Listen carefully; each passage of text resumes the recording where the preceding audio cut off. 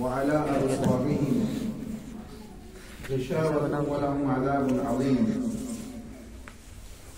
ومن الناس من يقول آمنا بالله وباليوم الآخر وما هم بمؤمنين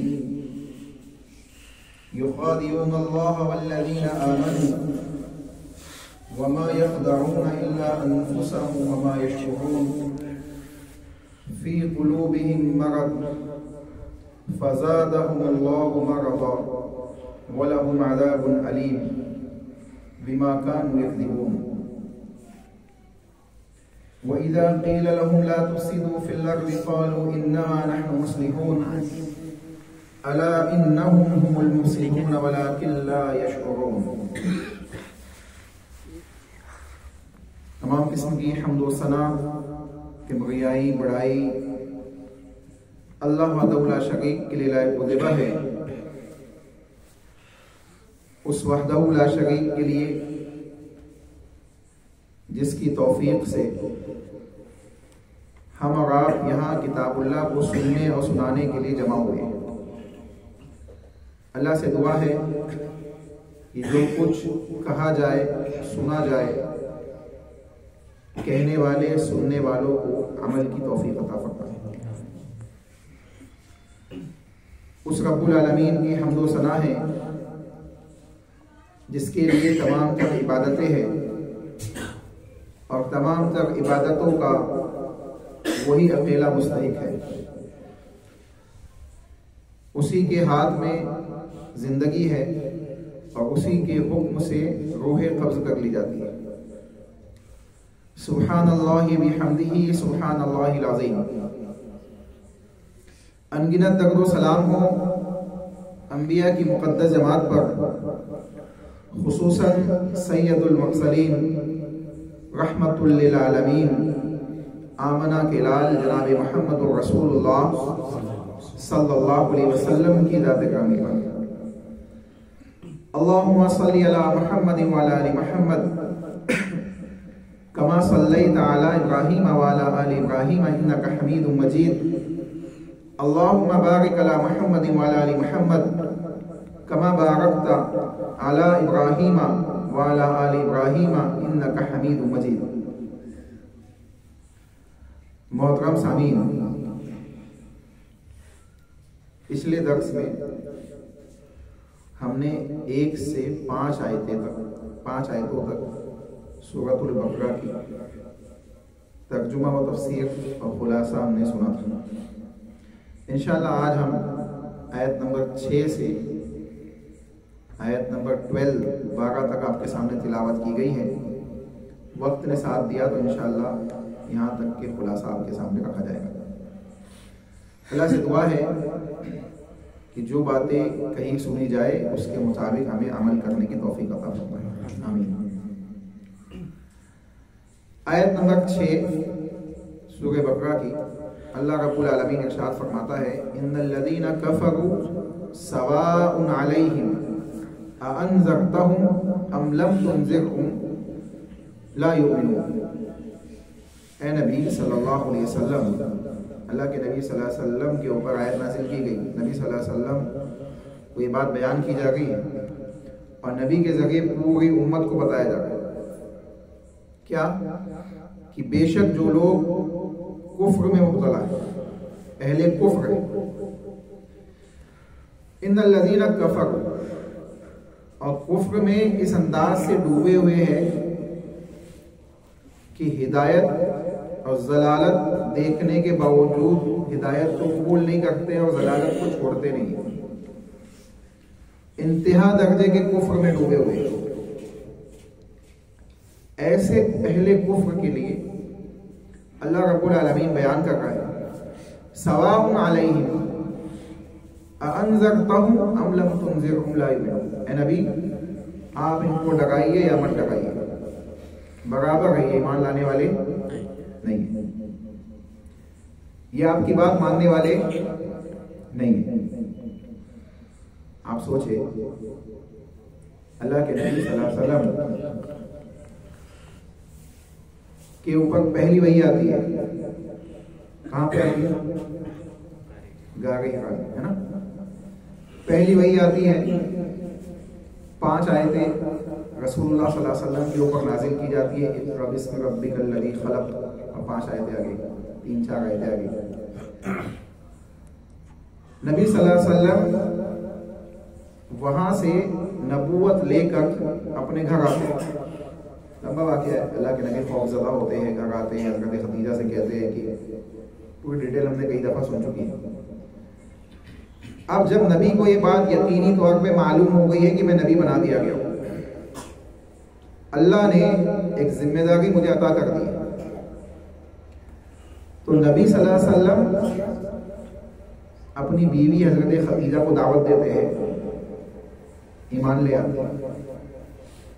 حضرت ابو بکر صدیق کو دعوت دیتے ہیں، ایمان لے آتے ہیں۔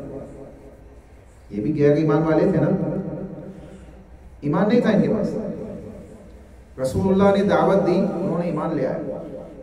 حضرت علی بن ابی طالب کو دعوت دیتے، وہ بھی ایمان لے آتے۔ حضرت عثمان غنی ایمان لے آتے۔ آل یاسر رضی اللہ تعالی عنہ کا خاندان، حضرت سمیہ رضی اللہ تعالی عنہ اور دیگر لوگ ایمان میں داخل ہوتے ہیں۔ غلاموں میں حضرت بلال رضی اللہ تعالیٰ عنہ ایمان لاتے ہیں۔ کس بیسس پہ لاتے ہیں؟ کہ نبی آئے ہیں، ہم کو سمجھا گئے، دین ہے، اللہ کی بات ہے، اللہ کی آیتیں ہیں، اللہ کا کلام ہے، اللہ کی وحی ہے، یہ توحید ہے، یہ شرک ہے۔ تو یہ لوگ سمجھتے ہیں اور ان کے لیے ہدایت کیا ہوتی ہے؟ آسان ہو جاتی ہے، ہدایت کو قبول کرو۔ ٹھیک ہے، یہ بھی اسی معاشرے کے لوگ ہیں جہاں ابو لہب رہتا ہے، جہاں ابو جہل رہتا ہے، جہاں عتبہ ہے، امیہ بن خلف ہے نا، اور دیگر ایسے مشرکین ہیں، مشرکین مکہ ہے۔ اسی سوسائٹی میں ان لوگوں نے بھی محمد صلی اللہ علیہ وسلم کو 40 سال تک دیکھا ہے، ان لوگوں نے بھی دیکھا ہے، جنہوں نے ایمان لایا انہوں نے بھی دیکھا ہے، جنہوں نے نہیں لایا انہوں نے بھی دیکھا ہے۔ جنہوں نے ایمان لایا انہوں نے دیکھا کہ یہ سچے ہے، صادق ہے، امین ہے۔ جنہوں نے نہیں لایا وہ بھی اعلان کر رہے، وہ بھی مان رہے کہ یہ سچے ہے، صادق ہے، امین ہے۔ لیکن ہدایت کی توفیق سب کو نہیں ملی نا۔ تو اللہ کیا کہہ رہا ہے؟ ایسے لوگوں کے سلسلے جو انتہا درجے کے کفر میں ڈوبے ہوئے ہیں کہ سواء علیہم اانذرتہم ام لم تنذرہم لا یؤمنون، اے نبی آپ ان کو ڈرائیے یا مت ڈرائیے، یہ ایمان لانے والے نہیں ہیں۔ وجہ کیا ہے؟ دیکھیں 5 آیتوں کے بعد اگر آپ دیکھیں تو 7ویں آیت پہ رکوع ہو جاتا ہے، سورہ بقرہ میں 7ویں آیت پہ رکوع ہو جاتا ہے۔ پہلی 5 آیتوں میں ہم نے کیا پڑھا تھا؟ اللہ کی کتاب کے سلسلے میں کہ شک و شبہ نہیں ہے، ایمان والوں کے سلسلے میں کہ غیب پہ ایمان رکھتے ہیں، ہے نا، نمازوں کو قائم کرتے ہیں، جو مال اللہ نے دیا اس میں سے خرچ کرتے ہیں۔ اسی طریقے سے جو کچھ اللہ نے نازل کیا ہے اور جو اللہ نے اس سے پہلے نازل کیا ان سب پہ ایمان رکھتے ہیں، ان سب کو مانتے ہیں، آخرت کے دن پہ مانتے ہیں، ایمان رکھتے ہیں، اور یہی لوگ ہیں جو کامیاب ہونے والے ہیں۔ یہ اللہ نے ایمان والوں کی صفات بیان کی، ان کی کوالٹیز بیان کی۔ اب 5 آیتوں کے بعد 2 آیتوں کے بعد رکوع ہو جاتا ہے، اور 2 آیتوں میں جو بات بیان کی جا گئی ہے اس میں 2 بلکہ 3 قسم کے لوگ 2 قسم کے لوگ آپ کو مل جائیں گے۔ ایک یہودی اہل کتاب اور ایک اہل کفر مشرکین، اور دونوں ہی کسی نہ کسی اعتبار سے کفر میں مبتلا ہے۔ یہودی اگرچہ اہل کتاب ہے لیکن اہل کتاب ہونے کے باوجود کیا عیسیٰ علیہ السلام کو اللہ کا بیٹا نہیں مانتے؟ اور اللہ کا بیٹا ماننا یہ کیا ہے؟ کفر ہے۔ اللہ کا بیٹا ماننا یہ کفر ہے، کیونکہ اللہ نے اعلان کر دیا قل هو اللہ احد اللہ الصمد لم یلد ولم یولد ولم یکن له کفوا احد۔ اللہ نے تو اعلان کر دیا کہ میری کوئی اولاد نہیں، نہ میرے باپ دادا ہے، نہ میری اولاد ہے، نہ میں کسی سے پیدا ہوا نہ مجھ سے کوئی پیدا ہوا۔ تو جب اللہ نے اعلان کر دیا تو عیسیٰ علیہ السلام کو اللہ کا بیٹا ماننا یہ کفر ہے۔ یہ کیا ہے؟ کفر ہے، اور اس کا ذکر اللہ نے کتاب اللہ کی متعدد آیتوں کے اندر ان کے ساتھ، عیسائیوں کے ساتھ، یہودیوں کے ساتھ اس بات کو بیان کیا کہ یہ کفر میں مبتلا ہے۔ اچھا عیسائی مانتے ہیں عیسیٰ علیہ السلام کو اللہ کا بیٹا، یہودی اس کو مانتے ہیں. وقالت الیہود عزیر ابن اللہ، اللہ نے کہا کہ یہودی کہتے ہیں کہ عزیر علیہ السلام اللہ کے بیٹے ہیں. تو یہ بھی کفر میں مبتلا ہے اور یہ بھی کفر میں مبتلا ہے. تو آیت میں جو بات کہی جا گئی کہ جو لوگ اہل کفر ہے، کفر کرنے والے ہیں، وہ انتہا تک دے کے کفر میں ڈوبے ہوئے ہیں، تو اب ان کو ہدایت ملنے والی نہیں ہے. آپ ان کو ڈکائیے یا مت ڈکائیے، ایمان لانے والے نہیں. اب اس میں یہودی بھی ہے، نصرانی بھی ہے، مشرکین مکہ میں سے بھی ہے، اور اس قسم کے وہ تمام لوگ ہیں جو قیامت تک آئے. ٹھیک ہے. اب دوسری آیت دیکھیں. دونوں آیت کو سننے پہلے، یہ ٹرانسلیشن ہوا نا، اس کو سن لے، اس کے بعد انشاءاللہ ہم دیکھتے ہیں اس سلسلے میں اہل تفسیر نے کیا بات بیان کی.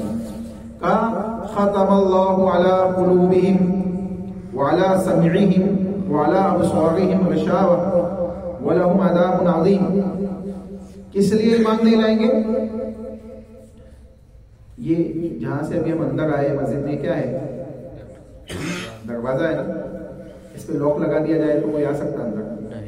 نہیں آ سکتا ہے نا. اگر کوئی دوسرا راستہ نہیں ہے تو یہی سے آنا پڑے گا، لاک کھول کے آنا پڑے گا. اور کسی کے دل پہ لاک لگا دیا جائے تو، کسی کے دل پہ لاک لگا دیا جائے تو ہدایت اندر داخل نہیں ہو سکتا. ٹھیک ہے. کسی کے کانوں پہ اللہ لاک لگا دے، کانوں پہ لاک لگا دے، کان بند کر دے. سنتا تو ہے لیکن مانتا نہیں، سنتا ہے لیکن مانتا نہیں. کتنے ایسے لوگ ہیں مسلمانوں میں جو کہتے ہیں کہ ہاں یہ قرآن صحیح ہے، حدیث صحیح ہے، لیکن ہم مانیں گے نہیں. ہم مانیں گے وہی آبا و اجداد کا طریقہ ہے نا، وہی طریقہ جو زیادہ لوگ مانتے ہیں اس کو مانیں گے. تو ایسا نہیں چلے گا، ایسا نہیں چلے گا. کیا بات ہے؟ اللہ نے کہا ختم اللہ، اللہ نے مہر لگا دی. ختم کسے کہتے ہیں؟ سیل لگا دے، لاک لگاتے. لاک لگانے کے بعد اوپر ایک کپڑا وغیرہ باندھ کر اس کے اوپر کیا کرتے؟ سیل لگا دیتے. اب اگر کوئی اس سیل کو توڑے، اس کا مطلب ہے کہ یہ لاک کھولا گیا تھا، ہے نا. تو سیل لگا دینا، ختم کسے کہتے ہیں؟ کسی چیز پہ سیل لگا دینا. جب تک گورنمنٹ کا آرڈر نہ ہو جب تک وہ سیل کھلتی نہیں، ہے نا. تو اسی طریقے سے اللہ اگر سیل لگا دے تو جب تک اللہ نہ چاہے وہ سیل کھل نہیں سکتی. اللہ ہم سب کے دلوں کی حفاظت فرمائے. تو کہا گیا ختم اللہ علی قلوبہم، اللہ نے ان کے دلوں کے اوپر مہر لگا دی، سیل لگا دی. وعلی سمعہم، اور ان کے کانوں پر، دلوں پر اور ان کے کانوں پر، یعنی سننے کی سمیع، یسمع سے کیا ہے؟ سننا.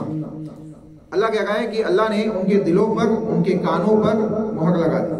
یعنی بات سنتے داخل بھی ہو گئی ہے تو اس کو سمجھ نہیں گئے. 10 سال تک ابو جہل، امیہ بن خلف، عتبہ بن ربیع، اس قسم کے دیگر لوگ نبی کی بات سنتے. 10 سال تک کتاب اللہ کی تلاوت سن رہے، نبی کھڑے ہو کے بیت اللہ میں نماز پڑھ رہے، بیت اللہ میں نماز پڑھ رہے. نبی کی بات، نبی کی دعوت ان کے کانوں میں داخل ہو گئی ہے.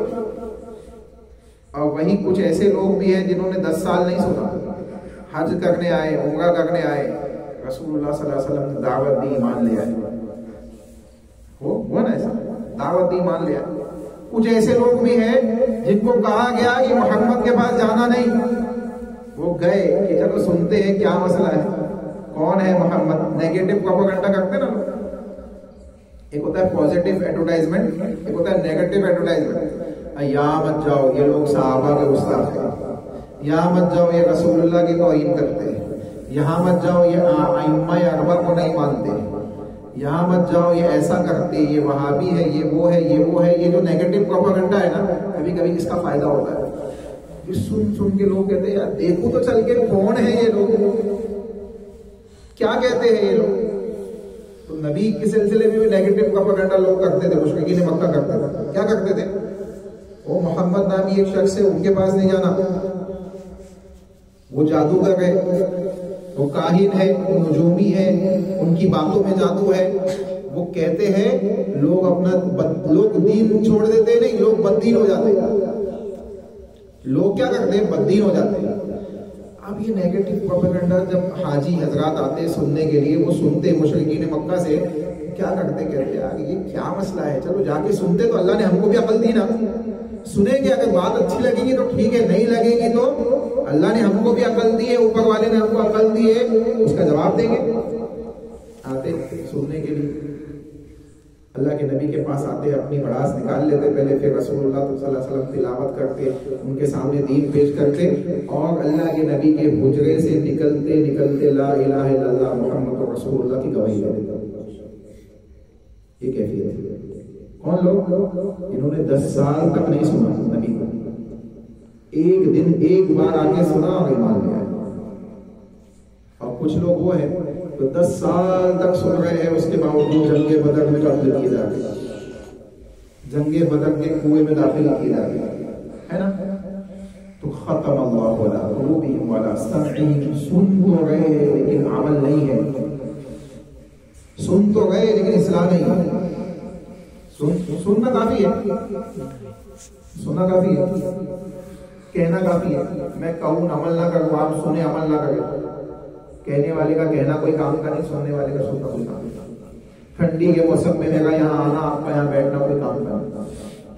کیا صحابہ کی کیا صفت تھی؟ صحابہ کی صفت کیا تھی؟ اللہ نے قرآن میں کہا سمعنا واطعنا. صحابہ سنتے تھے اور اطاعت کرتے تھے، نبی کی باتوں کو سنتے جاتے اور اطاعت کرتے جاتے. تو سمعنا واطعنا. اور منافقین کی صفت اللہ نے بیان کی، سمعنا وعصینا. سنتے ہیں لیکن نافرمانی کرتے ہیں. تو یہ ہے کہ مہر لگ چکی ہے، اب سن کے کوئی فائدہ ہونے والا نہیں. تو اگر کسی کے دل پہ، کسی کے کان پہ مہر لگا دی جائے تو بات قرآن حدیث کی جائے گی تو صحیح، لیکن اس کا اثر نہیں ہوگا، اس کا اثر نہیں ہوگا. ابو جہل کے الفاظ ہے، حدیث میں آتا ہے کہ ابو جہل اور کچھ اور لوگ مکہ کے خلاف، کعبۃ اللہ کے خلاف میں چھپ کر رسول اللہ کی کتاب اللہ کی تلاوت سنتے تھے اور متاثر ہوتے تھے اس سے. یہ کیسا کلام ہے؟ کہتے دل میں خیال آتا کہ یہ تو شاعر کا کلام ہے. رسول اللہ ادھر آیت پڑھ رہے تھے وما بقول شاعر، یہ کسی شاعر کا کلام نہیں ہے. ادھر دل میں خیال آتا کہ یہ تو نجومی ہے، اور رسول اللہ نجومی کے نفی والی آیت کو اسی وقت تلاوت کر دیتے. یار یہ کیا ہے کلام؟ یہ کسی انسان کا کلام نہیں معلوم ہوتا. اور اسی وقت رسول اللہ آیت کریمہ پڑھتے تھے کہ انہ لقول رسول کریم. یہ رسول کریم کی جانب سے کلام نازل کیا گیا. رسول کریم جبریل امین لے کے آ گئے رسول اللہ کے پاس. تو آپ سوچیں یہاں دل میں بات پیدا ہو گئی ہے یا رسول کے زبان سے آیت نکل گئی، کیا کیفیت ہوگی سننے والی؟ عربی سمجھنے والے لوگ کیا کیفیت ہوگی؟ یہ کیا کلام ہے؟ میٹنگ بھی لیے مکہ میں بیٹھ کے، بڑے بڑے کافروں نے میٹنگ لیے، بڑے بڑے سرداروں نے میٹنگ لیے. کیا کیا جائے؟ یہ ٹھیک ہے محمد صلی اللہ علیہ وسلم کی دعوت ایک طرف، اس کلام کا یہ جو نازل ہو رہا ہے، جس کو یہ کہتے ہیں کہ مجھ پہ نازل ہو رہا ہے، اس کا کیا جواب؟ بڑے بڑے عقل مندوں کو بلایا گیا. انہوں نے کہا یار جادو نہیں کہہ سکتے، جادو ہم جانتے ہیں. شاعرانہ کلام نہیں کہہ سکتے، ہم واقعی سے اس سے، ہماری زبان عربی ہے، ہم سمجھتے ہیں. کچھ الگ ہی اس کی چاشنی ہے، کچھ الگ ہی تاثیر ہے. تو ہم اندازہ لگائے یہ سب سمجھ گئے، لیکن ایمان سمجھ گئے نا کہ صحیح ہے. ابو جہل جب نکلتا کہتا ہم جاہلیت میں کیا کرتے؟ حاجیوں کی خدمت کرتے. ہاں بنو ہاشم والے یعنی نبی کے خاندان والے بھی حاجیوں کی خدمت کرتے. یہ خدمت کرتے ہم بھی کرتے. یہ حاجیوں کو روٹی کھلاتے ہم بھی کھلاتے، پانی پلاتے ہم بھی پلاتے. یہ جو نیک کام کرتے ہمارے خاندان والے بھی کرتے. پھر ان میں سے ایک شخص کھڑا ہوا، کہا آپ نبی ہے، اللہ کے نبی. ایک شخص کھڑا ہوا کہنے لگا کہ میں نبی ہوں. اب ہم نبی کہاں سے لائے؟ ابو جہل کیا کہہ رہا ہے کہ اب ہم نبی کہاں سے لائے؟ اب نبی اگر ان کو مان لے تو ہمارے خاندان کی ناک کٹ جائے گی. کس بنا پہ نہیں لایا ایمان؟ تعصب کی بنا. جان رہا تھا کہ نبی حق ہے، نبی کے اوپر نازل ہونے والا قرآن حق ہے، لیکن دل اور کان پہ مہر لگ چکی تھی، ایمان داخل نہیں ہوا، ایمان داخل نہیں ہوا، کئی نشانیاں تک دیکھ لی مشرکین نے لیکن ایمان نہیں لایا۔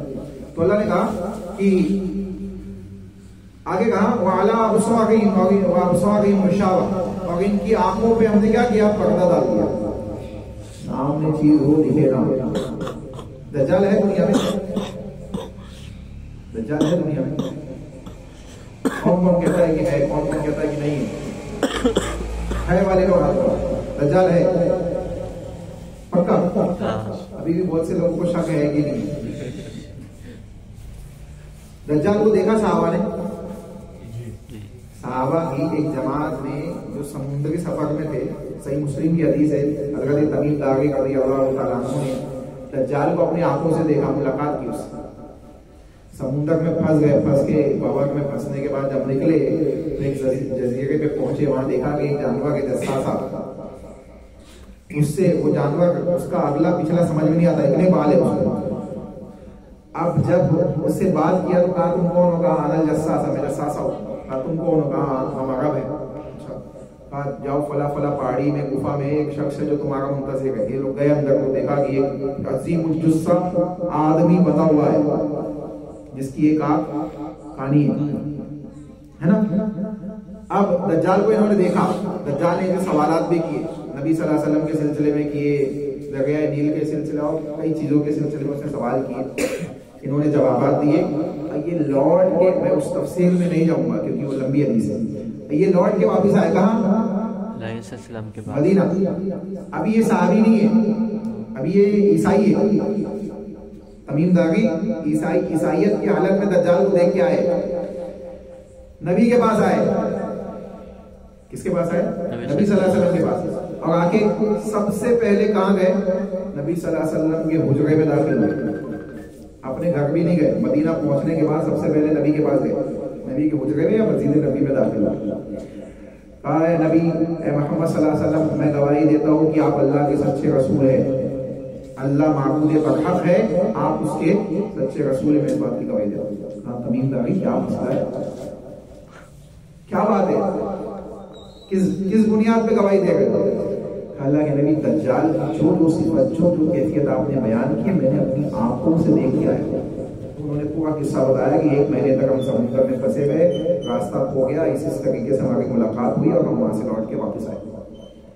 اللہ کے نبی صلی اللہ علیہ وسلم مسجد نبی میں آئے، لوگوں کو جمع کیا، رسول اللہ نے واعظ کیا، واعظ و نصیحت کی اور کہا دیکھو لوگوں، یہ تمیم داغی ہے اور ان کے ساتھیوں نے دجال کو اپنی آنکھوں سے دیکھا، جو صفات میں نے بیان کی وہ سب ان کے ساتھ پاس موجود ہے۔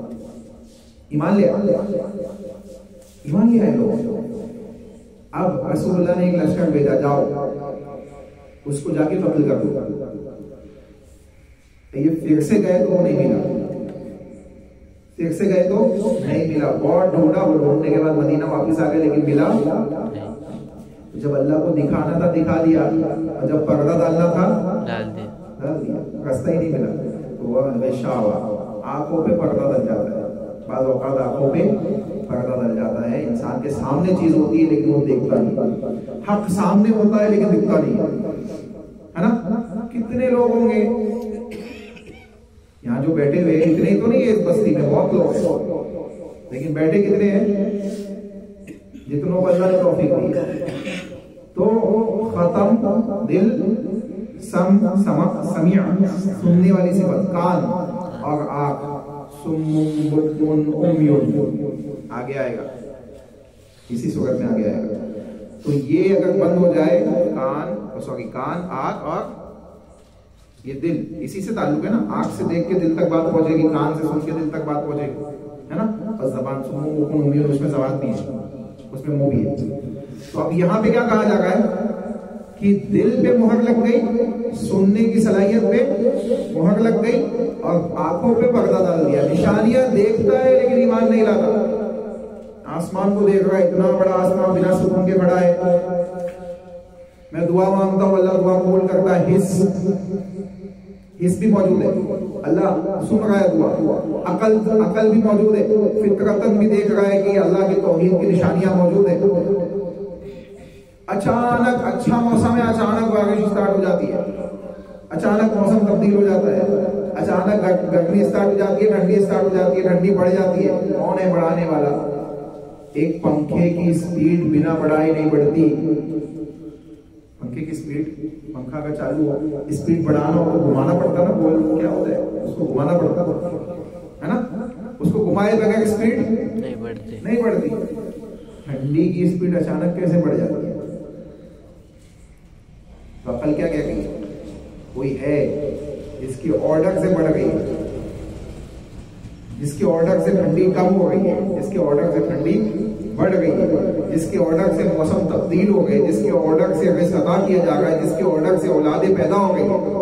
تو کوئی ہے عقل سے دیکھ رہا ہے، آنکھوں سے دیکھ رہا ہے، لیکن ایسا پردہ ڈالا ہوا ہے کہ دیکھنے کے باوجود ایمان نہیں لاتا، دیکھنے کے باوجود ایمان نہیں لاتا. تو سننے کے بعد، دیکھنے کے بعد، سمجھنے کے بعد دل قبول نہ کرے تو اس کا مطلب ہے کہ اس کے دل پہ مہر لگ چکی ہے، اب وہ ایمان لانے والا نہیں ہے. ٹھیک ہے، بات سمجھ آئے؟ اس کے بعد اللہ نے کہا وَلَهُمْ عَذَابٌ عَظِيمٌ. اچھا غشاوت کی ایک اور مثال ہے. نبی صلی اللہ علیہ وسلم کو قتل کیا گیا، قتل کرنے کی کوشش کی گئی. نبی صلی اللہ علیہ وسلم کو قتل کرنے کی کوشش کی گئی. مشرکین مکہ نے پلاننگ کی کہ اللہ کے نبی کو قتل کر دیا جائے، اور انہوں نے کیا کیا؟ ہر قبیلے میں سے ایک نوجوان لیا اور کہا کہ جاؤ جب نبی اپنے گھر سے نکلے تو ان کو قتل کر دیتا. اور اللہ کے نبی کا گھر کا گھیراؤ کر دیا، چلو اب نبی صلی اللہ علیہ وسلم نکلیں گے اور ان کو قتل کر دیں گے. اللہ نے کیا کیا؟ ان کی آنکھوں پہ پردہ ڈال دیا جو نبی کو قتل کرنے بیٹھے. نبی ان کے سامنے سے نکل گئے، بلکہ ان کے سروں پہ مٹی ڈال دے اور نکل گئے، لیکن وہ نبی کو دیکھ نہیں پائے. کون سی آیت پڑھ رہے تھے نبی؟ ہاں وَجَعَلْنَا مِنْهُمْ، بتاؤ وَجَعَلْنَا مِنْ بَيْنِ أَيْدِيهِمْ سَدًّا وَمِنْ خَلْفِهِمْ سَدًّا فَأَغْشَيْنَاهُمْ فَهُمْ لَا يُبْصِرُونَ. آنکھیں ہیں لیکن دیکھ نہیں پا رہے، آنکھیں تو ہے لیکن دیکھ نہیں پا رہے. کیوں؟ فَأَغْشَيْنَاهُمْ، ہم نے ان پہ پردہ ڈال دیا ہے، وہ نبی کو دیکھ نہیں سکتے. نبی سامنے سے گزر رہے لیکن دیکھ نہیں پا رہے. تو یہ کیفیت ہے. اللہ جب چاہے جب دکھا دے. اس لیے جو لوگ انکار کرتے ہیں نا کہ دجال کی حدیثوں کو ہم نہیں مانیں گے، وہ ابتدا کی 5 آیتیں پڑھے ایمان کیسے لانا ہے، 1 to 5 سورہ بقرہ جو پچھلے درس میں بیان کی گئی. ایمان کیسے لانا ہے؟ تو ایمان کیسے لانا ہے؟ الذین یؤمنون بالغیب. ٹھیک ہے، اب دیکھو اس کے بعد کہا گیا. اچھا یہ 2 آیتیں، پہلی 5 آیتوں میں ایمان اور ایمان والوں کی صفت، دوسری 2 آیتوں میں 6 اور 7 میں اہل کفر اور یہودیوں کے سلسلے میں باتیں ہیں. اہل کفر اور اہل کتاب، اہل کفر اور اہل کتاب. اب اہل کتاب میں کون کون ہیں؟ یہودی اور نصرانی. ٹھیک ہے، اب دیکھیں اس سلسلے میں بعض لوگوں نے کہا کہ اہل کفر کے سلسلے میں ہے کیونکہ آیت میں ابتدا میں کفر کا ذکر موجود ہے، ان الذین کفروا. بعض لوگوں نے کہا کہ یہ اہل کتاب کے سلسلے میں ہے، یہودی اور نصرانیوں کے سلسلے میں ہے. تو دونوں باتیں اپنی اپنی جگہ صحیح ہیں، دونوں باتیں اپنی اپنی جگہ صحیح ہیں. کیسے کہ اہل کفر تو کفر والے ہیں ہی، ہے نا، اور اہل کتاب کے اندر بھی چونکہ کفر پایا جاتا ہے اس لیے وہ بھی اس میں شامل ہے. اس کی دلیل کیا ہے؟ ابن اسحاق نے محمد بن ابی اکرمہ، سعید بن جبیر اور عبداللہ بن عباس رضی اللہ تعالیٰ عنہ کے واسطے سے یہ بات نقل کی ہے کہ ان الذین کفروا کے سلسلے میں وہ بیان کرتے ابن عباس کہ یہ آیت مدینہ منورہ کے یہود کے سلسلے میں نازل ہوئی. یہ مدینہ کے یہود کے سلسلے میں نازل ہوئی، لیکن اگر کوئی چیز کسی خاص کے لیے نازل ہوئی تو اب اس سے اسی صفات کے لوگ بھی اس میں شامل ہو جاتے ہیں. اگر ایک چیز بیان کی گئی، ایک چیز بیان کی گئی اور وہی صفت دوسرے لوگوں میں پائی جائے گی تو وہ اس میں بھی کیا ہوں گے؟ شامل ہو جائے گا. سمجھ آئی بات؟ تو اہل کفر میں تو آلریڈی وہ صفات موجود ہے نا جو آیت میں بیان کی گئی. ٹھیک ہے، اب دیکھو اس کے بعد کتنی آیتیں ہو گئی؟ 7 ہو گئی. ہاں ذہن میں رکھنا کتنی آیتیں انشاءاللہ. اس کے بعد دیکھو آیت نمبر 8 وَمِنَ النَّاسِ مَن يَقُولُ آمَنَّا بِاللَّهِ وَبِالْيَوْمِ الْآخِرِ وَمَا هُمْ بِمُؤْمِنِينَ. جو لوگ قرآن لے کے بیٹھ سکتے ہو نا قرآن لے کے بیٹھا کرو اور مزہ آئے گا سننے میں انشاءاللہ. قرآن لے کے بیٹھیں گے نا تو اس کا مزہ کچھ اور آئے گا. قرآن سامنے اس کی تشریح سنتے تو کہا جائے گا وَمِنَ النَّاسِ، اور لوگوں میں سے مَن یقول آمنا، جو لوگ کہتے ہیں کہ ہم ایمان لے آئے. کچھ لوگ کہتے ہیں نا ہم ایمان لے آئے، لا الہ الا اللہ محمد رسول اللہ پڑھ لی ایمان لے آئے. مَن یقول آمنا باللہ، اللہ پر، وبالآخر وبالیوم الآخر، آخرت کے دن پر، وما هم بمؤمنین، اللہ کہہ رہا ہے کہ یہ ایمان والے نہیں ہیں، یہ ایمان والے نہیں ہے. جو لوگ کہتے ہیں کہ ہم ایمان لے آئے اللہ پر، یوم آخرت پر، لیکن یہ ایمان والے نہیں ہیں. کون لوگ ہیں؟ کون لوگ ہیں؟ منافقین. ٹھیک ہے، منافقین ہیں جو کہتے ہیں کہ ہم ایمان لے آئے کس پہ؟ اللہ پر، یوم آخرت پر، نبی کے ساتھ نماز پڑھ رہے ہیں، صحابہ کے ساتھ اٹھ بیٹھ رہے ہیں، لیکن ایمان والے نہیں ہیں. ان کے ایمان والے نہ ہونے کی ضمانت اللہ نے دے دی کہ ایمان والے نہیں. اچھا، آگے ان کی صفات کی ذکر کی گئی، کس لیے نہیں؟ یخادعون اللہ والذین آمنوا وما یخدعون الا انفسهم وما یشعرون. یہ بعض ان میں ایسے مطلب ایسے لوگ ہیں ان میں تو کیا کرتے ہیں، یہ سمجھتے ہیں کہ ہم اللہ تعالیٰ کو اور مومنوں کو دھوکہ دے گئے. یخادعون اللہ، اللہ کو دھوکہ دے گئے، والذین آمنوا، اور جو ایمان لائے ان کو دھوکہ دے گئے. چکما دے گئے، چکما دینا سمجھتے ہیں، چکما دے دینا، گمراہ کر دینا، یہاں کچھ وہاں کچھ. اس مجلس میں بیٹھے تو ہم آپ کے ہیں، اس مجلس میں بیٹھے تو ہم ان کے ہیں، ہے نا؟ تو ایسا نہیں ہونا چاہیے. ٹھیک ہے، یہ ایمان کی صفت نہیں ہے. منافقین کے سلسلے میں اللہ کہہ رہا ہے کہ یخادعون اللہ، یہ اللہ کو دھوکہ دے گئے، یہ اللہ کو دھوکہ دے. اصل میں یہ سمجھتے ہیں کہ ہم اللہ کو دھوکہ دے گئے، یہ سمجھتے ہیں کہ ہم اللہ کو دھوکہ دے گئے، حالانکہ اللہ کو سب جانتا ہے. اللہ کو کوئی دھوکہ دے سکتا ہے؟ کوئی چھپ کے گناہ کرے کہ سوچے کہ میں تو سب سے چھپا ہوا ہوں، چلے گا؟ سب سے چھپے ہوئے آپ، دنیا جہاں سے چھپے ہوئے، اللہ سے چھپے ہوئے نہیں ہے. تو اللہ کو دھوکہ کوئی دے نہیں سکتا. تو کہا اللہ نے یخادعون اللہ والذین آمنوا، یہ ان کا معاملہ کیا ہے؟ یہ اللہ کو اور مومنوں کو چکما دیتے ہیں، مگر حقیقت یہ ہے کہ یہ اپنے علاوہ کسی کو دھوکہ نہیں دیتے. وما یخدعون الا انفسهم، یہ اپنے علاوہ کسی کو دھوکہ نہیں دیتے. اور وما یشعرون، اور یہ جانتے نہیں ہیں، یہ شعور نہیں رکھتے، ان کو معلوم نہیں ہے کہ اپنے آپ کو دھوکہ دے گئے. کیسے؟ ان کی جو پلاننگ ہوتی ہے، یہ ایمان والوں کے ساتھ بیٹھتے ہیں تو مسلمانوں کو کہتے ہیں کہ ہم تمہارے ساتھ ہیں، ہم تو ایمان والے، اللہ پہ ایمان رکھتے ہیں، ہم آخرت کے دن کو مانتے ہیں، ہم نبی پہ ایمان رکھتے ہیں، ہم تمہارے ساتھ نماز پڑھتے ہیں، تمہارے ساتھ اٹھتے بیٹھتے ہیں. اب ایمان والوں کو تو نہیں معلوم نا ان کے دل کی حالت کیا ہے. اگر ہمارے درمیان کوئی ایسا منافق آ کے بیٹھ جائے تو ہم پہچان سکتے اس کو؟ نہیں پہچان سکتے. اب وہی بھی نازل نہیں ہوگی، اب تو وہی نازل نہیں ہوگی. لیکن اللہ نے کیا کہا کہ وما یخدعون الا انفسهم، یہ دھوکہ نہیں دے گئے سوائے اپنے آپ کو، یعنی اپنے آپ ہی کو دھوکہ دے گئے. کیسے اپنے آپ کو دھوکہ دے گئے؟ کہ ان کی جو پلاننگ ہوتی ہے اللہ وہی کے ذریعے نبی کو بتا دیتا ہے. ان کی جو پلاننگ ہوتی ہے اللہ وہی کے ذریعے نبی کو بتا دیتا ہے. اب جب ان کی پلاننگ، خفیہ راز، خفیہ پلاننگ سب اللہ نے نبی کو بتا دیا تو حقیقت میں اپنے آپ کو دھوکہ دے گئے. نبی کو، ایمان والوں کو اللہ کو دھوکہ نہیں دے سکتے. تو جب تک وہی نازل ہوئی، جب تک تو یہ کسی کو دھوکہ نہیں دیا. اب وہی کا سلسلہ جب بند ہو گیا، نبی کا انتقال ہو گیا، نبی کے بعد یہ دھوکہ دینا چاہے تو دے سکتے نا ایمان والوں کو، یا معلوم نہیں پڑے گا کون منافق ہے. اسی لیے حضرت عمر نے اپنے زمانے میں صحابی رسول کو بلا کے پوچھا، بتاؤ منافق کون کون ہے؟ اللہ کے نبی نے تم کو بتایا تھا، غالباً کیا نام تھا ان کا، حذیفہ غالباً رضی اللہ عنہ. ان کو بلا کے پوچھا کہ بتاؤ کون کون منافق ہے؟ کہا میں نہیں بتا سکتا، اللہ کے نبی نے مجھے منع کیا، میں نہیں بتاؤں گا. اچھا ٹھیک ہے جاؤ. نہیں بتا سکتے جاؤ. حضرت عمر کو بھی معلوم تھا نا بھائی کہ اللہ کے نبی نے منع کیا ہے، صحابی نہیں بتا سکتے. انہوں نے کہا ٹھیک ہے جاؤ. پھر انہوں نے معائنہ کیا جتنے حکمران. اچھا انہوں نے ایک اور سوال کیا، ٹھیک ہے تم نہیں بتاتے مت بتاؤ، یہ بتاؤ کوئی کسی عہدے پہ تو نہیں بیٹھا ہے، کسی عہدے پہ کوئی منافق تو نہیں ہے؟ کہا ہاں کچھ جگہوں پہ ہے. اچھا ٹھیک ہے جاؤ. انہوں نے معائنہ کیا کس کون کون کہاں کہاں عہدے پہ، اس کی کیا صفات، پورا محاسبہ کیا، معائنہ کیا. اس کے بعد پھر ان صحابی کو بلایا، کہا آپ بتاؤ عہدے پہ وہ باقی ہے کہ نکل گیا؟ کہا آپ نے نکال دیا، کہا آپ نے نکال دیا. اللہ اکبر. یہ دور اندیشی تھی حضرت عمر رضی اللہ تعالیٰ. کہا آپ نے محاسبہ کیا اور یہ ایک ہفتہ ایک مہینے کے اندر آپ نے کیا کیا، اس کو نکال دیا، عہدے سے گیٹ آؤٹ کر دیا. تو اب منافق کوئی عہدے پہ نہیں ہے. تو آج بھی ہم ایسے منافقین سے بچ سکتے ہیں. شرط یہ ہے کہ وہ صفات دیکھیں، وہ کوالٹیز دیکھیں. اللہ اس کے رسول نے بیان کی کتاب و سنت کے اندر.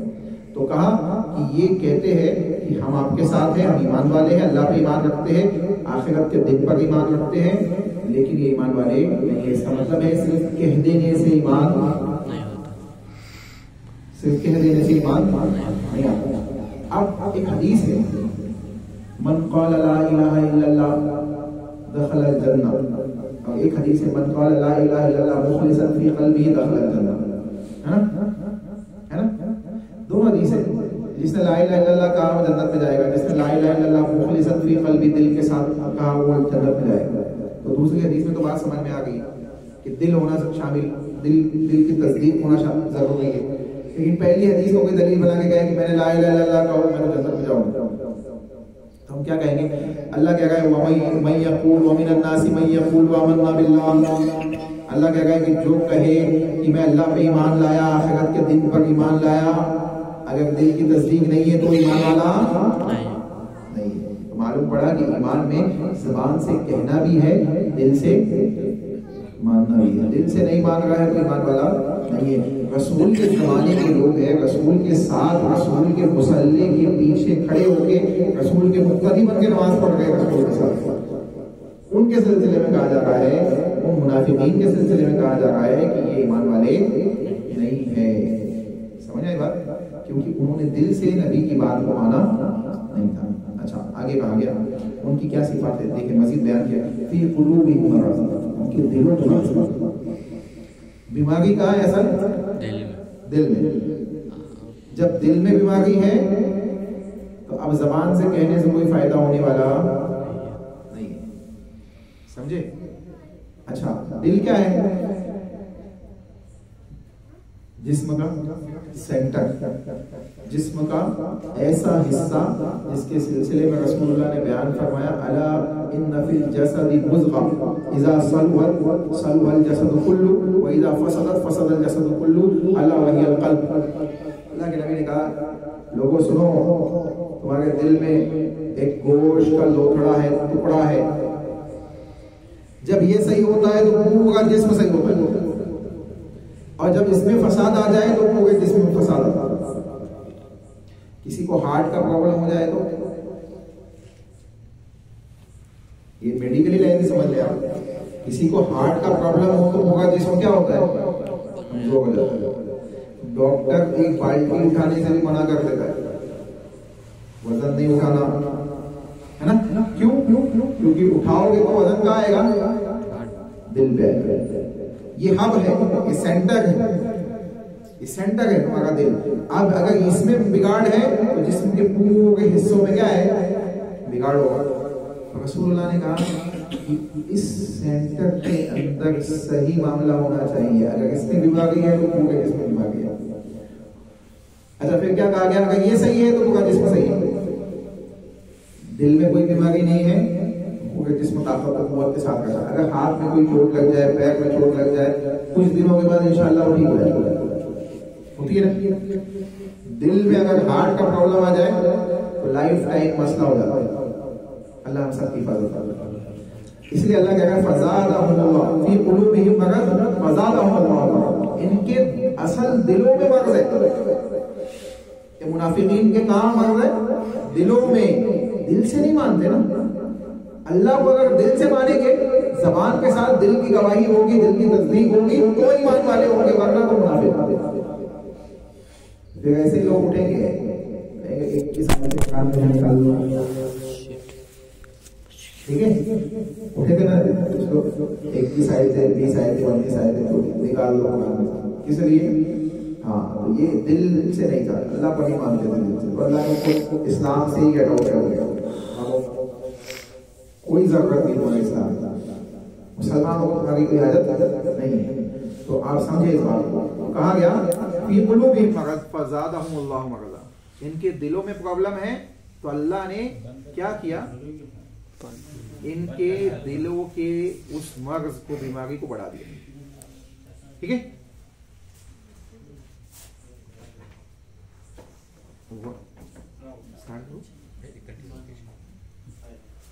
وَلَهُمْ عَذَابٌ أَلِيمٌ بِمَا كَانُوا يَكْذِبُونَ۔ اس کے بعد دوسری بات کہی جا رہی ہے کہ ان کے لیے دردناک عذاب ہے۔ کن کے لیے؟ جو زبان سے تو کہتے ہیں کہ ہم اللہ پہ ایمان لائے، اس کے رسول پہ ایمان لائے، لیکن دل سے نہیں مانتے، تو ایسے منافقین کے لیے کیا ہے؟ دردناک عذاب ہے۔ اب ایک بات بتائیے، آج کے زمانے میں منافقین کو کیسے پہچانیں گے؟ یہاں کے درمیان ہو سکتے نا منافقین، کیسے پہچانیں گے؟ اللہ کے نبی صلی اللہ علیہ وسلم نے کچھ صفات بیان کی، کہا آیت المنافقی ثلاث، اذا حدث کذب، منافقین کی 3 صفات، جب بات کرتا ہے تو جھوٹ بولتا ہے نا، وَإِذَا وَعَدَ اخلف، جب وعدہ کرتا ہے تو وعدہ خلافی کرتا ہے، وَإِذَا تُؤْمِنَ خان، اور جب امانت رکھی جائے تو خیانت کرتا ہے، وَإِذَا خَاصَمَ فَجَرَ، ایک اور حدیث میں آتا ہے کہ جب جھگڑا کرتا ہے تو گالی گلوچ کرتا ہے نا۔ اب یہ 4 صفات ہم سامنے رکھیں، اب اگر کوئی ایسا انسان ہے تو بات میں جھوٹ ہی بولتا ہے، کبھی سچ نہیں بولتا ہے، جھوٹ ہی بولنا اس کی عادت ہے، تو یہ کہا جائے گا اس کے اندر منافقت کی ایک صفت پائی جاتی ہے، اس کو منافق نہیں کہا جائے گا، کیا کہا جائے گا؟ منافقت کی صفت پائی جائے گی، اس کو سمجھایا جائے گا کہ بھائی یہ منافقت کی صفت ہے، اس کی اصلاح کرو، اس کی اصلاح کرو، آپ جھوٹ مت بولا کرو، آپ جھوٹ مت بولا کرو۔ اب اگر وعدہ کرتا ہے، وعدہ خلافی کرتا ہے، وعدہ کرتا ہے، وعدہ خلافی کرتا ہے، اور مسلسل یہی معاملہ ہے۔ کبھی کبھی ایسا ہوتا ہے انسان وعدہ کر دیتا ہے لیکن کسی وجہ سے، کسی ایمرجنسی کی وجہ سے اس کو نہیں نبھا پاتا ہے، تو اس کی وضاحت کر دے کہ بھائی ایسا ایسا ہو گیا تھا، اس وجہ سے میں نہیں آ پایا یا نہیں کر پایا، یہ کام نہیں ہو سکا، تو بات سمجھنے والی ہے۔ لیکن مسلسل وعدہ کرتا ہے لیکن وعدہ نبھاتا نہیں ہے، تو پھر مسئلہ ہے، کیا ہے؟ مسئلہ ہے، کیونکہ رسول اللہ نے کہا وَإِذَا وَعَدَ أَخْلَفَ، جب وعدہ کرے تو وعدہ خلافی کرے۔ اب کتنی صفت ہو گئی؟ 2 ہو گئی، کسی میں دونوں پائی جائے گی، ہم کہیں گے کہ یہ نفاق کی 2 علامتیں پائی جائے گی، آدھا نفاق پایا جائے گا۔ اب اگر تیسری پائی جائے تو وَإِذَا تُؤْمِنَ خَانَ، امانت دی گئی، بھائی امانت ہے فلاں فلاں کو دے دینا، بیچ میں کسی نے کھائی خیانت کرنا، امانت میں خیانت کرنا، ٹھیک ہے۔ اچھا مؤذن کو کیا کہا رسول اللہ؟ مؤذن کو کہا نا امین ہے، مؤذن کیا ہے؟ امین ہے۔ جیسے مؤذن امین ہے ویسے ہی امام کا بھی اپنا ایک درجہ ہے، کوئی امام پہ ہاتھ اٹھائے تو اپنا معاملہ جان لے، امام کی بد دعا بہت خطرناک ہوتی ہے، ہاں امام کی زبان سے نکلی ہوئی بد دعا اللہ رب العالمین، شرط یہ کہ وہ حق پہ ہوا، کہ مظلوم ہے اس کی بد دعا بہت ہے، مظلوم کی بد دعا تو ایسی سکتی ڈائریکٹ جا کے اللہ کو اللہ کے پاس تو یہ بات سمجھنے کی ہے۔ کہا گیا اس ڈیٹیل میں نہیں جاؤں گا، دوسری آئے، دوسری صفت دونوں جمع ہو گئی، تیسری وَإِذَا تُؤْمِنَ خَانَ، اور جب امانت رکھی جاتی ہے تو اس میں خیانت کرتا ہے۔ اب 3 چیزیں اگر پائی گئی تو 75% نفاق پایا جائے گا، 75%، کیونکہ 4 ہیں، 3 ابھی تک ہم نے سنے تھے، چوتھی اور حدیث میں 4 چیزیں ہیں، اب 75% ہو گئی، تو اس کا مطلب ہے کہ ایمان کم ہے منافقت زیادہ ہے. 2 پائی گئی تو آدھا ایمان ہے آدھا نفاق ہے. 1 پائی گئی تو 75% ایمان ہے 25% نفاق ہے. 3 پائی گئی تو 75% نفاق ہے 25% ایمان. 4 پائی گئی اذا خاصم فجر، جب جھگڑا کرتا ہے تو گالی گلوچ کرتا ہے. ہمیشہ کا یہ معاملہ ہے، جب کسی سے تھوڑی سی بھی کوئی بحث و مباحثہ ہو جائے تو سیدھا گالی گلوچ کرتا ہے. تو یہ اچھی صفات نہیں ہے، یہ نفاق کی صفات ہے. اب کسی میں چاروں جمع ہو جائے جان لو کہ وہ منافق ہے. اللہ مسئلہ کی صفات، اگر کسی میں کوئی صفت پائی جاتی ہے تو اللہ اس کو کرنے کے توفیق عطا فرمائے. سمجھے؟ کسی میں چاروں پائی جائے تو پکا منافق ہے. لیکن ایک بات سمجھے، منافق بولیں گے نہیں کہ وہ منافق ہے. ہاں، کسی کو بولنا نہیں ہے کہ تو منافق، پہچان لینا نہیں ہے منافق ہے، پہچان لینا. اب اس کو سمجھاتے رہو، اصلاح کرتے رہو. ایمان والا ہے، اس کے اندر صفات پائی جا رہی ہے، اصلاح کر لے گا. اور اگر واقعی میں منافق ہے تو اپنے معاملات سے بچا کے رکھے. سمجھانے کے بعد بھی نہیں مانتا ہے، نہیں سنتا، دوسرا رکھتا ہے، اصلاح نہیں کرتا ہے، قرآن حدیث پیش کرنے کے بعد بھی اصلاح نہیں کر رہا ہے، تو آپ اس سے دور رہو، اس سے اپنے معاملات خفیہ رکھیں. حضرت عمر نے وہی کیا. ہاں، تو اب ایسے منافقین سے بچنا. سمجھے آپ؟ تو چاروں صفت پائی جائے تو 100% کیا ہے؟ منافق ہے. لیکن کسی کو منافق نہیں کہا جائے گا. کوئی لا الہ الا اللہ کی گواہی دے رہا ہے، اگر آپ کے سامنے شرک کر رہا ہے تو بھی اس کو کافر نہیں کہا جائے گا. یہ کہا جائے گا کہ یہ شرک کر رہا ہے، اللہ اس کو توفیق دے، اس کو ہدایت دے، اس کو سمجھائے، اس کو دعوت دے. جاکے کسی کو کافر منافق نہ مشرک کہنا جائز نہیں. رسول اللہ نے منع کیا. اگر وہ بدل جائے توبہ کر لے تو لوٹ کے آئے گا. ہاں، بہت سخت بات ہے. ہم کیا کرتے ہیں، کسی کو بھی اٹھا کے منافق بول دیے، کسی کو بھی کافر بول دیے، کسی کو بھی نہیں بولنا ہے. ایسا بولنے کی اجازت نہیں ہے. کسی کے اندر کوئی غلطی دیکھ رہے ہو تو اس کی اصلاح کرنے کی کوشش کرو. اس کو فضول کی باتیں بولنے کا فائدہ نہیں. اپنی زبان بھی خراب کرنا ہے اور معاشرے کے اندر فتنہ فساد کرنا ہے، اس کے بعد کچھ نہیں. تو اصلاح اگر مقصود ہے تو اصلاح ادعو الی سبیل ربک بالحکمہ والموعظۃ الحسنہ وجادلہم بالتی ہی احسن کے مطابق ہونی چاہیے. اللہ نے اصول دیا کہ ادعو الی سبیل ربک، لوگوں کو دعوت دو اللہ کے راستے کی طرف. کیسے دعوت دو؟ بالحکمہ، حکمت کے ساتھ. جو علم اللہ نے دیا ہے قرآن حدیث سے، اس علم کو سیکھو اور دعوت پہنچاؤ. بنا علم کے دعوت نہیں دیتے. بنا علم کے دعوت دیے تو فتنہ ہوتا ہے. آج معاشرے کے اندر جتنے فتنوں کے اندر لوگ مبتلا ہے نا، بنا علم کے جو دعوت دیے گئے ان سے علم لینے کی وجہ سے. انجینئر، پلمبر وغیرہ ایسے جتنے لوگ بیٹھے ہوئے ہیں ان سے لوگ علم حاصل کرنا چالو کر دیتے اور پھر فتنے میں مبتلا ہوتے نہیں. ہاں، تو بنا علم کے دعوت دینا بھی نہیں، اور جو دے گا اس سے لینا بھی نہیں. جو دے گا اس سے لینا بھی نہیں. کیوں نہیں لینا؟ دلیل ہے الا الذين امنوا وعملوا الصالحات، سورہ العصر والعصر ان الانسان لفی خسر الا الذين امنوا وعملوا الصالحات وتواصوا بالحق وتواصوا بالصبر. اللہ نے کہا قسم ہے زمانے کے تمام لوگ گھاٹے میں ہیں سوائے ان کے جو ایمان لائے. اور ایمان بغیر علم کے نہیں آتا. ایمان بغیر علم کے نہیں آتا. فعلم جان لو اللہ الہ الا اللہ کہ اللہ ایک ہے. تو جان لو. انسان پہلے اللہ کو جانتا ہے پھر ایمان لاتا ہے. بنا نشانیوں کو دیکھے، بنا حضرت ابراہیم کا علم دیکھے نہیں آپ ستاروں کو دیکھا معبود ہے. ڈوب گئے، چاند نکلا، یہ معبود ہے، زیادہ چمکدار ہے، وہ بھی ڈوب گیا. سورج نکلا، یہ بڑا ہے، سب سے بڑا ہے، یہ زیادہ چمکدار ہے، سب کو روشن کر دیا، یہ معبود ہے. شام میں وہ بھی ڈوب گیا. علم آگے نہیں، یہ ڈوبنے والی معبود نہیں ہو سکتی. انی وجہت وجہی للذی فطر السماوات. اب اللہ کی طرف لوٹ ایمان لیا. تو علم کے ساتھ، ایمان بغیر علم کے آتا ہی نہیں. سمجھے؟ علم کے ساتھ ایمان آتا ہے. تو یہاں جو الا الذین آمنوا کہا گیا نا، اس میں علم اور ایمان دونوں داخل. الا الذین آمنوا وعملوا الصالحات. علم آ گیا، ایمان آ گیا، عمل صالح کے ساتھ زندگی گزارنا ہے. اب تیسری چیز ہے وتواصوا بالحق، حق کی وصیت کرنا. اب ہم کیا کرتے ہیں؟ ہمارے پاس علم آ گیا، ایمان آ گیا، علم نہیں آیا، ہم نے علم نہیں سیکھا، عمل صالح کو سیکھا نہیں.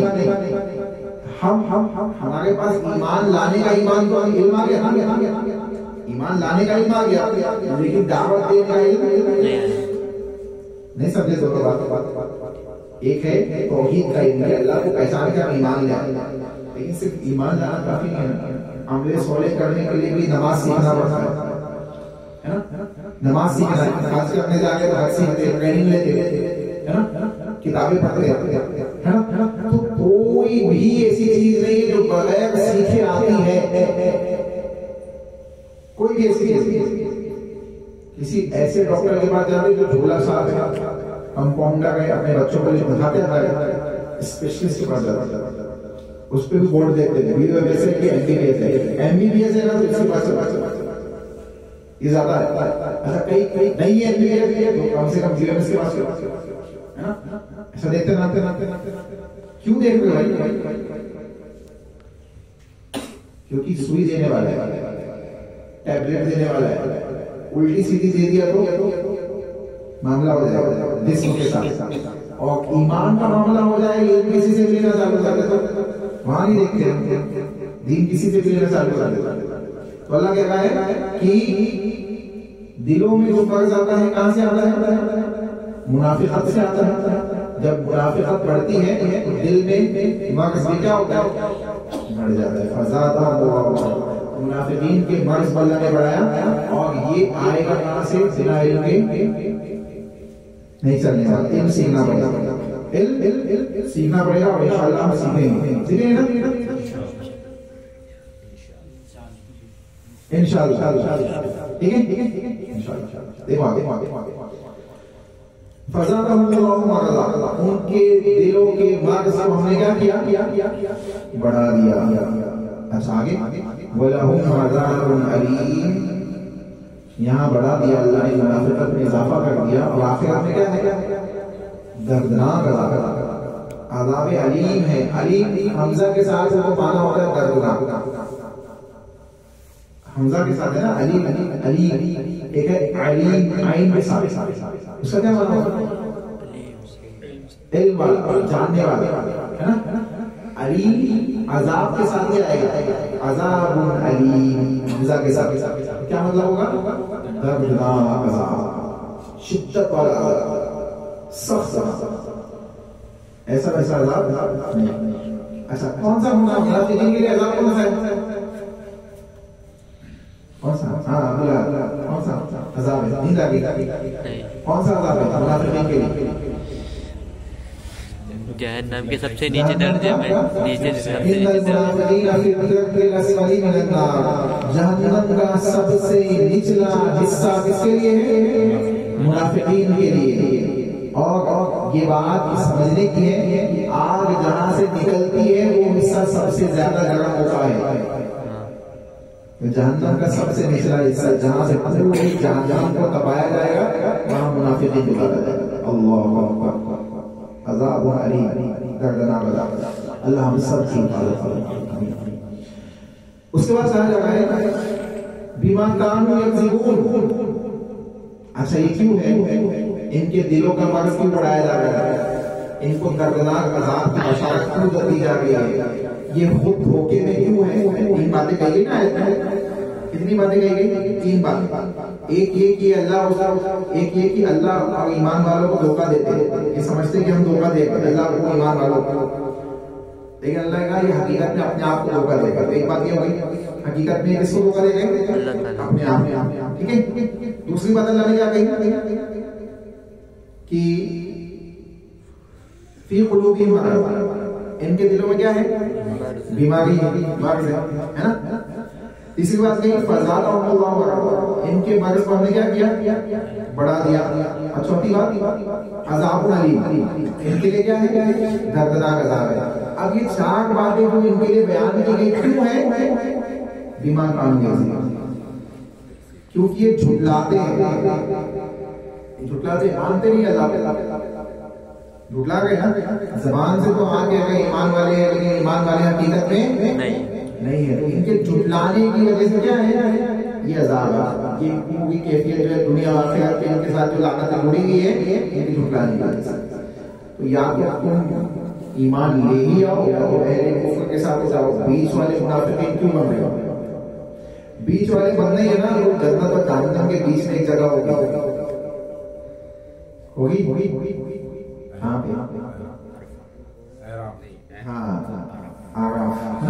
اصحاب الاعراف, اعراف والے بیچ والے, تو وہ بیچ والے فائدے مند ہیں, کم سے کم جہنم سے تو بچ جائے گی.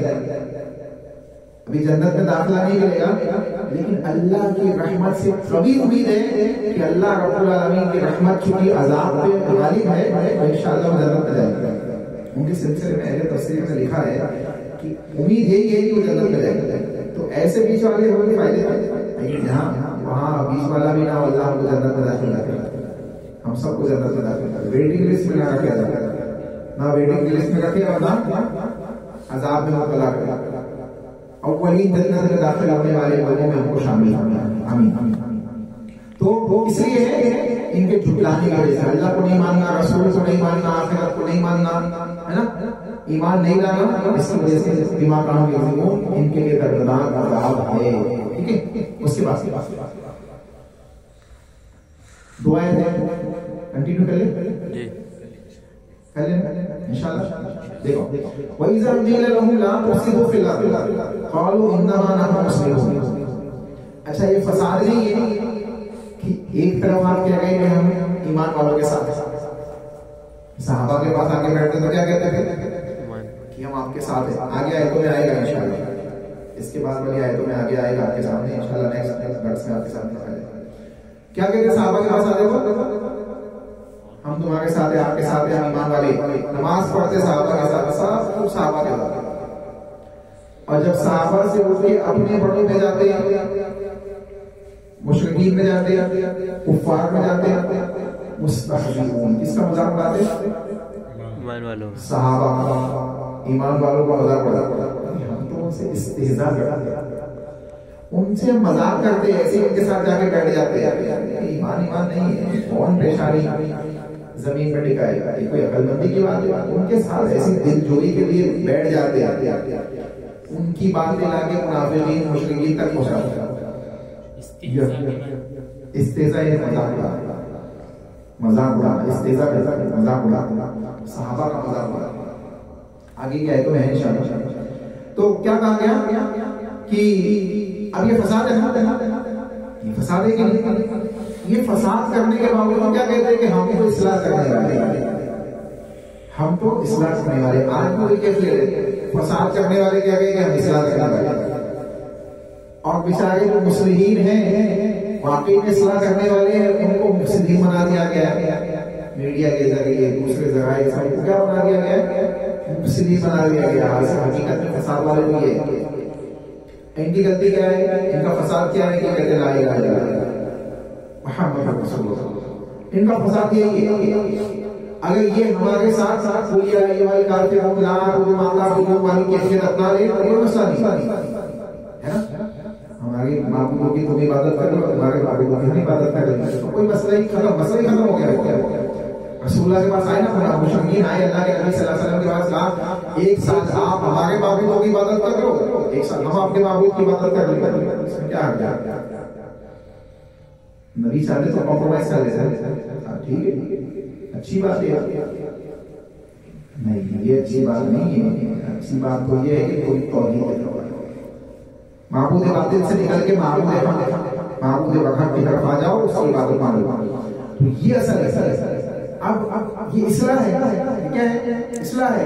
اب یہ دعوت دینے والوں کو کیا بنا دیا گیا, مفسدون بنا دیا گیا, فساد پھیلانے والے بنا دیا گیا. اور جو باقی میں فساد پھیلا گئے وہ کیا ہو گئے, اصلاح کرنے والے مسلمون ہو گئے.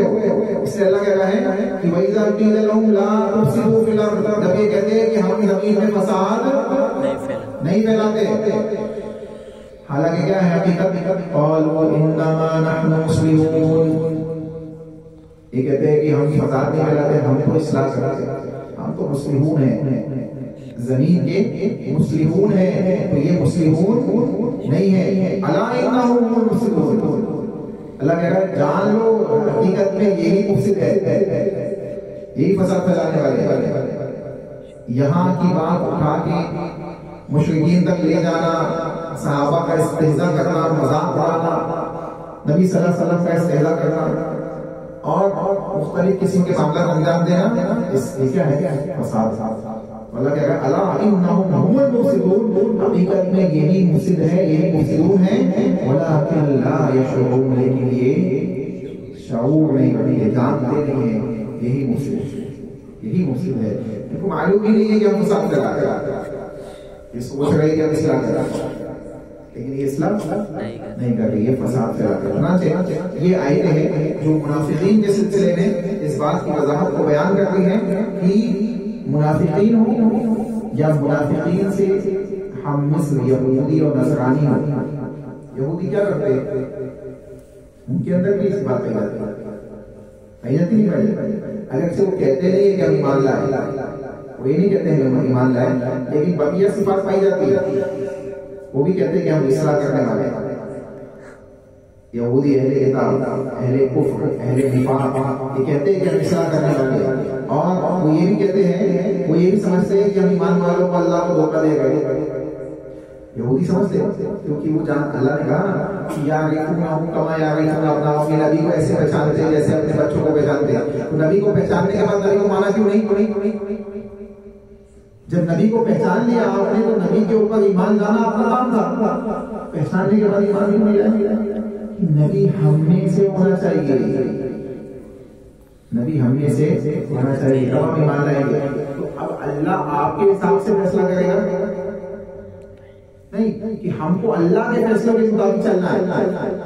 اللہ نے فیصلہ کر دیا کہ نہیں ہم کو نبی بھیجنا ہے، آخری نبی بھیجنا ہے بنو ہاشم میں سے، بنو ہاشم میں سے عبد المطلب کے خاندان سے، عبد المطلب کے 10 بیٹوں میں سے عبداللہ کی اولاد بنانا ہے. اس کو محمد رسول اللہ صلی اللہ علیہ وسلم کو اللہ نے فیصلہ کر دیا. آپ سوچیں کیسا فیصلہ تھا اللہ کا کہ عبد المطلب ایک دن اچانک صبح 10 بیٹوں کو بلاتے کہتے میں نے نظر مانی تھی کہ اگر میرے 10 بیٹے جوان ہو جائے، طاقتور ہو جائے تو ان میں سے ایک بیٹے کو کعبۃ اللہ میں لے جا کے ذبح کر دوں. اب ہو گئے 10 کے 10 جوان ہو گئے. میں آج سوچ میں بڑا ہوا، تم بتاؤ کیا کرنا ہے؟ ابا آپ نے جو نظر مانی مکمل کی ہم ساتھ میں. اچھا ٹھیک ہے. چٹھی ڈالی گئی، 10 کے نام لکھے گئے، چٹھی بھیجی گئی، نام اٹھائے، اس کا نکلا عبداللہ رسول اللہ کے والد. اللہ اکبر، ان کا نام نکلا. ایک ذبیح اللہ وہ سمجھے کون؟ اسماعیل علیہ السلام، حضرت اسماعیل علیہ السلام ہے نا، وہ بھی ذبیح، انہی کی نسل سے رسول اللہ. اور بقیہ انبیاء حضرت اسحاق کی نسل سے، اسحاق بن ابراہیم کی نسل سے بقیہ تمام انبیاء. اور ادھر کوئی نبی نہیں، حضرت اسماعیل کی نسل سے کوئی نبی نہیں، صرف ایک محمد صلی اللہ علیہ وسلم. اللہ کیا اللہ کی مشکل ہے. ایک ذبیح اللہ وہ اور دوسرے ذبیح اللہ ذبح کرنے کے نام نکالا تو نکل گیا نام. آپ پکڑے بیٹے کا ہاتھ چلے گا لوگ کیا کرنے جا رہے ہیں، معلوم پڑا کہ بچے کو ذبح کرنے جا رہے ہیں. اب ننیال والے آ گئے، ادھر سے رضیات والے بھی آ گئے، کچھ عزیز و اقارب مکہ والے بھی جمع ہو گئے. یہ کیا کرتے ہو عبد المطلب؟ نہیں ہم نہیں کرنے دیں گے. ایسے کیسے نہیں کرنے دوں گے، میں نے نظر مانی سے بھی تیار ہے، کوئی نہیں ہو سکتا. ہاں نہیں ہم نے سب یہاں تک کہ جنگ ہو جائے یا لڑائی ہو جائے، یہ کیفیت ہے. ایک نے کہا ٹھیک ہے چلو ایک کام کرتے ہیں. کہا پھر میں کیا کروں، کوئی حل بتاؤ. ہاں ایک فلاں فلاں نجومی ہے، ایک خاتون ہے، چلو اس کے بعد چلتے ہیں، وہ بھی حل بتائے. ہاں ٹھیک ہے چلو گئے. لمبا واقعہ ہے، میں نے بہت اختصار مختصر آپ کے سامنے رکھا ہے، اپنی بات ختم کرنا. اب گئے اس کے پاس مسئلہ پیش کیا کہ میں نے ایسی نظر مانی تھی، اب آج نظر مکمل کرنا چاہتا ہوں تو یہ لوگ سب نہیں کرتے. کیا کیا جائے؟ کہا ایک کام کرو 10 اونٹوں کی چٹھی بناؤ اور ہمارے بیٹے کی چٹھی بناؤ اور چٹھی نکال کر جاؤ جب تک تمہارے بیٹے کے جگہ اونٹوں کا نام نہ نکل جائے جب تک چٹھی بناتے جاؤ 10 اونٹ بڑھاتے جاتے 10 اونٹ ڈالے حضرت عبداللہ کے نام کے ساتھ اونٹوں کی چٹھی نہیں نکلی حضرت عبداللہ کی چٹھی نکلی 10 بڑھا دی 20 پھر عبداللہ کی چٹھی نکلی 30 پھر عبداللہ کی چٹھی نکلی ایسے بڑھاتے گئے 100 تک پہنچ گئے جب اونٹوں کی تعداد 100 ہو گئی تو اب عبداللہ کی جگہ اونٹوں کی چٹھی نکلی اور 100 پہ 100 اونٹ انہوں نے ذبح کیے اور حضرت عبداللہ کی جان اللہ نے محفوظ رکھی کیونکہ ان کی نسل سے آنے والی شخصیت کی محمد رسول اللہ صلی اللہ علیہ وسلم اللہ نے محفوظ رکھی سمجھے بات آپ نبی صلی اللہ علیہ وسلم پیدا ہوئے نبی صلی اللہ علیہ وسلم پیدا ہوئے آپ دیکھیں تعلق بھی دیکھیں ددیال مکہ میں اور نمیال مدینہ میں مدینہ سوچے ہجرت سے پہلے مکہ میں اور ہجرت کے بعد مدینہ پورا سسٹم اللہ نے بنایا ہوا ہے اپنے نبی کی پوری تربیت اللہ نے کی ہے تو سوچ یہ سمجھنے کی بات ہے اب دیکھ یہاں کہ اللہ کہہ رہا ہے کہ اللہ انہم قوم فسدون ولا لا شبہ یہ خود فتنے فساد میں ہیں لیکن یہ شعور نہیں رکھتے نبی سامنے موجود ہے نبی کو دیکھ کر تو ایمان لا رہے ہیں اس کے باوجود یہ اس کی فتنے میں مبتلا ہے اس کا مطلب ہے کہ حقیقت میں معلوم ہے یہ پہچان نہیں ہے سمجھا کوئی انسان ڈالڈا کھانے والا ہو اس کو گھی کھلا دو اس کی حالت خراب ہے اصلی گھی کھلا دو اور جو اصلی گھی کھانے والا ہے اس کے سامنے ڈالڈا لاگے گا تو پہچان لے گا کہ یہ کیا ہے سمجھے ہاں تو ڈالڈا کھانے والے منافقین کو نبی کی حقیقت جاننے پہچاننے سامنے ہونے کے باوجود وہ سمجھ ان کو وہ توفیق حاصل نہیں ہوئی کیونکہ دماغ کام میں جھٹلانے والے اس لیے انسان کو چاہیے کہ وہ جھٹلانے والا انکار کرنے والا نہ بنے بلکہ بنے کیا بنے سمعنا واطعنا سن کے سننا ہو جائے سن کے اطاعت ٹھیک ہے انشاءاللہ اللہ ہم سب کو اس کی توفیق عطا فرمائے آیت نمبر 12 تک ہو گیا ہے انشاءاللہ یاد رکھیں گے آپ لوگ نیکسٹ کلاس میں آیت نمبر 13 سے پڑھیں گے اللہ سے دعا ہے کہ جو باتیں کتاب و سنت کی روشنی میں پڑھی گئی ہے بیان کی گئی ہے سنی اور سنائی گئی ہے اللہ سننے والے کہنے والے سب کو توفیق دے کہ ہم اس کے مطابق اپنی زندگیوں کی اصلاح کریں جو غلطیاں خطائیں گناہ ہم سے سرزد ہوتے ہیں اللہ کو معاف فرما اے اللہ اجتماعی میں یا انفرادیت میں ہم سے جو خطائیں ہوئی ہیں گناہ ہوئے ہیں اللہ کو معاف فرما ہمیں اپنی اجتماعیت کو اپنی تنہائی کو دونوں کو پاک کرنے کی توفیق عطا فرما اے اللہ ہم گنہگار ہیں خطاوار ہیں ہمیں اپنی زندگیوں کی اصلاح کرنے کی توفیق عطا فرما کتاب و سنت سے جڑنے کی توفیق عطا فرما کتاب و سنت کے حقوق کو اپنی زندگی کا لازمی جز بنانے کی توفیق عطا فرما اللہ کی کتاب کی تلاوتوں کا اہتمام کرنے کی توفیق عطا فرما رسول اللہ کی احادیث کا مطالعہ کرنے اور اس کے مطابق اپنی زندگیوں کی اصلاح کرنے کی توفیق عطا فرما جیسے آج ہم یہاں جمع ہوئے ہیں کتاب و سنت کو سیکھنے سکھانے کے لیے اے اللہ ویسے ہی ہم کو جنت الفردوس میں جمع فرما آمین ربنا تقبل منا انك انت السميع العليم وتب علينا انك انت التواب الرحيم برحمتك يا ارحم الراحمين اختتام مجلس فرفر مجلس دعا پڑھیں گے سبحانك اللهم ربنا وبحمدك اشهد ان لا اله الا انت استغفرك واتوب اليك السلام عليكم ورحمه الله وبركاته